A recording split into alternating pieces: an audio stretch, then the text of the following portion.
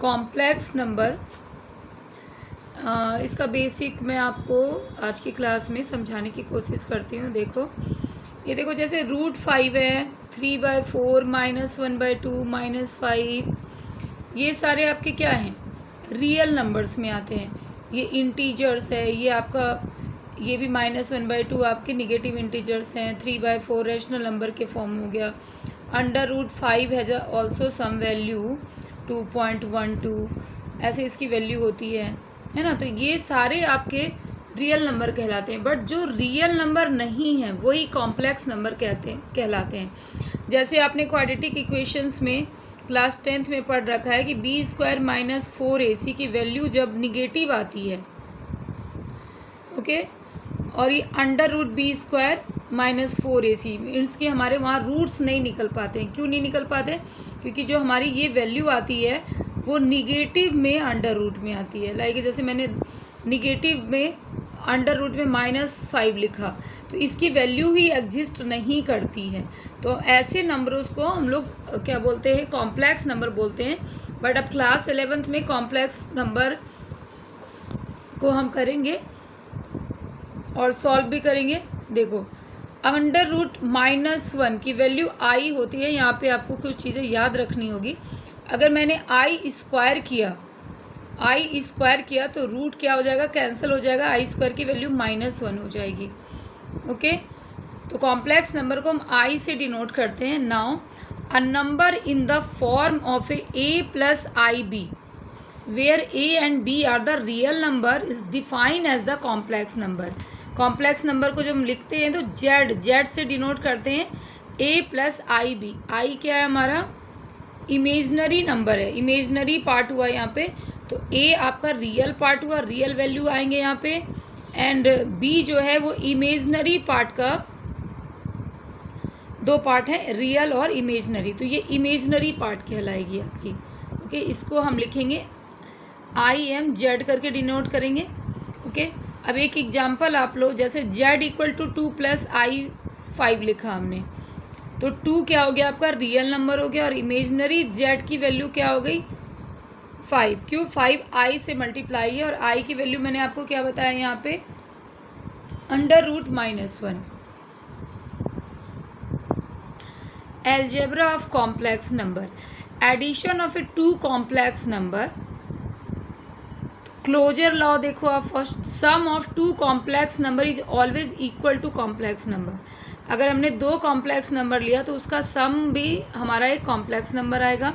Commutative law for integers, whole number जो आपने पढ़े हैं, सेम यहाँ commutative law of complex number हैं। z1 + z2 लिख सकते हैं इक्वल टू z2 + z1, दोनों की सेम वैल्यू आएगी। एसोसिएटिव भी सेम है यहाँ पे। एग्जिस्टेंस ऑफ एडिटिव आइडेंटिटी, अगर आपने कॉम्प्लेक्स नंबर में 0 को ऐड किया तो you get a complex number. Additive inverse means क्या है, देखो, z कॉम्प्लेक्स नंबर अगर हमारा a + ib के फॉर्म में है तो एडिटिव इनवर्स में यहाँ साइन चेंज हो जाएंगे, साइन इसके चेंज हो जाएंगे, -a - ib। तो z plus negative complex number -z will be 0। Now multiplication of 2 complex number, closure law में product of 2 complex number always equal to complex number. Commutative में भी z1 z2 same आपने जो addition के लिए किया है यहाँ पे आपके प्रोडक्ट रूल में भी अप्लाई होंगे। एसोसिएटिव लॉ आपका हो गया, जैसे होल नंबर में z1 z2 इन ब्रैकेट में z3 बाहर, ऐसे ही 2 का प्रोडक्ट किया, फिर फर्स्ट से किया, सेम वैल्यू आएगी। Existence of multiplication identity, multiplication identity आपकी 1 ही होगी, 1 से मल्टीप्लाई करो z ही मिलता है। मल्टीप्लिकेटिव इनवर्स आप देखोगे, z inverse means 1/z, and inverse of complex number and complex number, उनकी प्रोडक्ट क्या हो जाएगी, 1 हो जाएगी। डिस्ट्रीब्यूटिव लॉ भी जैसे होल नंबर में पढ़ा है, सेम यहाँ पे भी हम करेंगे। अब कुछ पावर्स हम i के देखते हैं यहाँ पे। सपोज हमें i/q की वैल्यू निकालनी है, तो i² × i² की वैल्यू -1, तो i³ - i हो जाएगी। i4 करना है i² का होल, i² की वैल्यू -1 हो गई तो उसका square 1, i to the power 5। तो आपको जितने भी बड़े बड़े पावर्स निकालने होंगे आप इसी बेस पे चलोगे जहाँ पे आप एक्सपोनेंट को यूज़ करोगे, जो आपने छोटे क्लास में पढ़ रखा है। तो I5 को हम आई स्क्वायर लिखते हैं, आई स्क्वायर का स्क्वायर, ये पावर हमारा 4 हो गया और एक आई यहाँ पे पावर 1 है, तो 5 पावर हो जाएंगे। अब आई स्क्वायर की वैल्यू आप यहाँ से, आपने अभी आई स्क्वायर की वैल्यू लिख रखी है -1, तो -1 का स्क्वायर लोगे और फिर आई, तो सो ऑन, इस तरह हम आई के किसी भी पावर्स को फाइंड आउट कर सकते हैं। एक सिंपल क्वेश्चन है जैसे i to the power 9 and i 19, कैसे करोगे? ये 4 2 जा 8 हो गया आपका, एक और आई है, तो ये आई 9 को इतना रिप्रेजेंट कर रहे हैं, आई 19 आपका 16 एंड 3। अब यहाँ आई 4 की वैल्यू आपकी क्या हो जाएगी? आई स्क्वायर की वैल्यू -1 होती है, तो ये 1 का स्क्वायर हो गया आपके पास में। ओके, तो आई आ गया 1 इंटू आई, आई 1 का पावर 4 होना है, 1 होना है, सॉरी, 1 इंटू माइनस आई, इसको सॉल्व करके 0। तो जैसे मैंने आपको बताया आई के आप किसी भी पावर को सॉल्व कर सकते हो, जैसे आई टू द पावर -39, इसको रिवर्स किया, आई का यहाँ पे 4 9 जा 36 एंड 3 39 बन गया। आई टू द पावर 4 आपको पता है 1 है, आपने सॉल्व कर दिया, यहाँ पे -i/आई स्क्वायर। रेशनलाइज इसलिए किया हमने क्योंकि हमें न्यूमरेटर में वैल्यू चाहिए। आई स्क्वायर की वैल्यू फिर -1 हो जाएगी, माइनस कैंसिल, और ये वैल्यू आपको मिल गई। कॉम्प्लेक्स नंबर का ये एक एग्जांपल हम करते हैं, इवोल्यूएट कैसे करेंगे, बहुत सिंपल वे में। देखो, आई टू द पावर 18 को हम क्या लिख सकते हैं? I to the power 16 and i square. Similarly यहाँ पे आई टू द पावर 25 है, तो you can write i to the power 24। Okay, i to the power 24 into i. अब आपका ये आई 25 हो जाता है, एक्सपोनेंशियल है यहाँ पे, एक्सपोनेंशियल थ्योरम, एक्सपोनेंशियल आपने पहले पढ़ रखा है, जिसमें बेस अगर इक्वल होते हैं तो इंडेक्स क्या होता है? ऐड किया जाता है, उसी को यहाँ अप्लाई किया है, whole cubic. And you know very well कि आई स्क्वायर की वैल्यू, जैसे अभी मैंने बताया, आई स्क्वायर की वैल्यू क्या होती है? -1 होती है।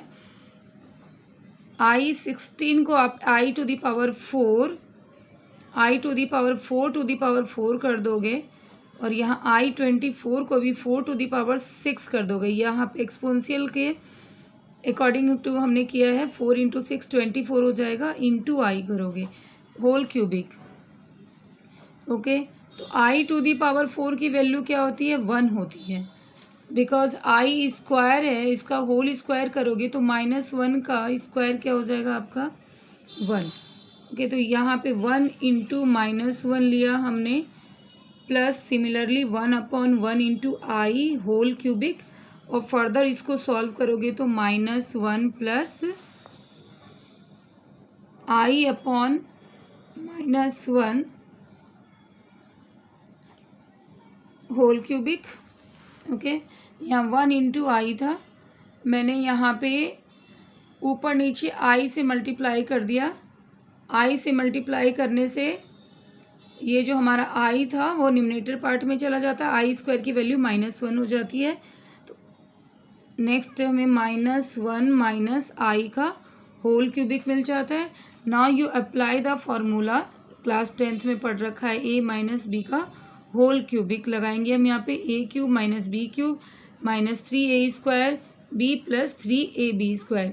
इसीलिए क्लास 10th में आपने ध्यान नहीं दिया होगा, हर चीज़ की अपनी एक जगह होती है, ये वहाँ पे भी आपने यूज किया था, 11th में भी ये यूज है, हर जगह आपको ये मिलेगा कि कहाँ पे कैसे यूज करना है, तो कभी भी फार्मूला को ध्यान में रखना चाहिए।